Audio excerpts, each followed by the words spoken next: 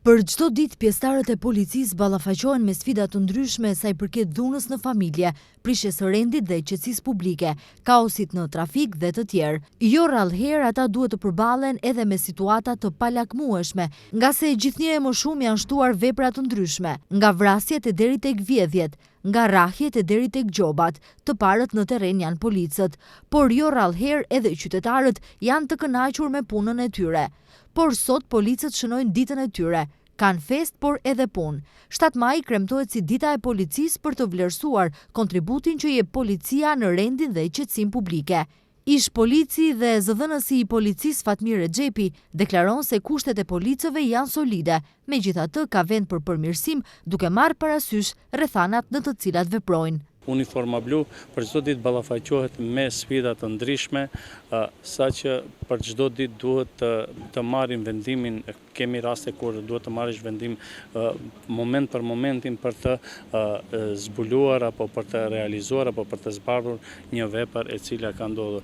Këtë e kemi treguar në vepër gjatë viteve që lëm pas, janë solide dhe besoj se ja dalim, me shpresë që në të ardhmen të kemi benefite edhe më të mira, sepse siç e dini edhe vetë, pjesëtarët e policisë për çdo ditë ballafaqohen dhe janë të detyruar të jenë në kryet të detyrës.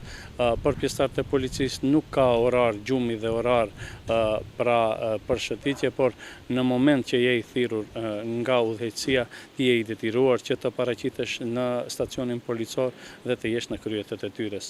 Rexhepi apelon deri tek qytetarët që të jenë sa më të ndërgjegjshëm, të respektojnë uniformat blu dhe të mos bien në konflikt me ligjin. Vizoj rastin të apeloj deri te qytetarët që të jenë sa më koshient, të jenë sa më transparent, të respektojnë rregullat dhe rregulloret ligjore si në komunikacion, po ashtu edhe të rendit dhe qetësisë publike, të respektojnë pikë së parë njëri tjetrin, sepse duke respektuar njëri tjetrin, do të na respektojnë edhe neve, sepse edhe ne jemi pjesë e këtij mjedisi ku edhe ata jetojnë. Edhe ne jemi prindër, jemi fëmijë, jemi bashkëshort apo bashkëshorte të dikujt që jetojnë në këtë mjedis.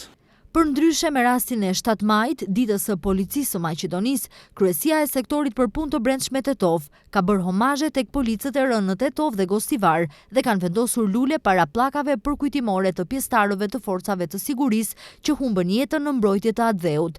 Gjithashtu, udhëheqësia e Ministrisë së Punëve të Brendshme ka ndarë mirënjohje për policët që kanë treguar sukses gjatë këtij viti. Ndërkaq, korrupsioni dhe krimi i organizuar nuk kanë vend në një shtet që dëshiron të ecë përpara, porositi sot kryeministri Hristian Mickoski në shënimin e ditës së policisë së Maqedonisë. Mickoski përgëzoi të gjithë pjesëtarët e policisë për përkushtimin dhe guximin e tyre, duke dërguar porosi se në shtet nuk ka më vend për lidhje, nepotizëm dhe mbrojtje nga përgjegjësia.